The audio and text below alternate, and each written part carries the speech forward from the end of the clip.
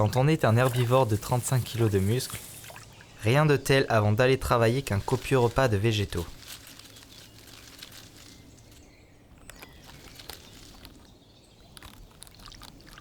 L'émail de ces incisives qui poussent en continu, aussi tranchantes qu'une bonne hache, contient du fer qui le renforce, ce qui permet au castor de prélever les parties tendres des branches, tout comme abattre des arbres de plus d'1 mètre de diamètre.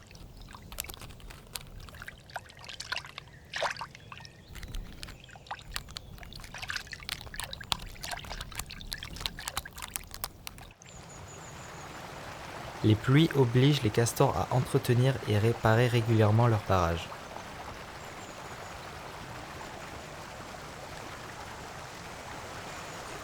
Pour ce juvénile né l'an dernier, c'est l'occasion de mettre à l'épreuve ses compétences en ingénierie hydraulique apprises aux côtés de ses parents.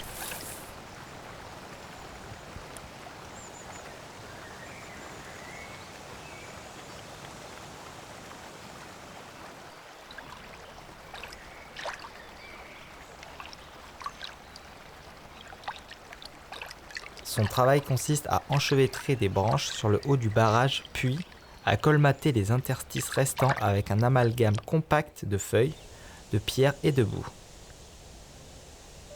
Ce premier barrage réparé, le juvénile passe au suivant.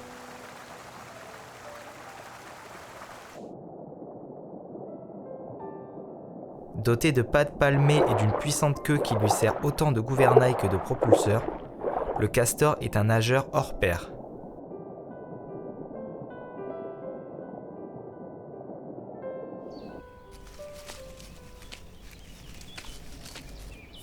Il y a quelques semaines, sa femelle a donné naissance à 4 castorins.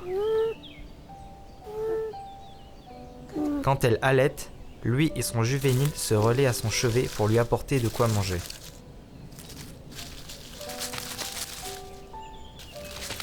Déjà bien sur leurs pattes, les castorins réclament maintenant plus de place.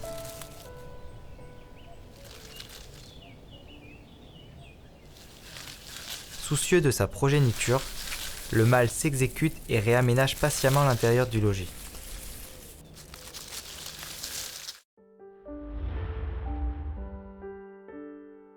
Un chantier de hutte commence par un amoncellement de branches habilement positionnées les unes par-dessus les autres jusqu'à former un tas à fleur d'eau. Le castor creuse ensuite sous l'eau 1 à 2 issues dans le dur de la berge pour atteindre l'intérieur de l'édifice. Une fois dessous, il ronge et excave le bois pour obtenir un premier espace, le seuil, puis un deuxième un peu plus haut qui servira de chambre à coucher. Le tout équipé d'une cheminée d'aération.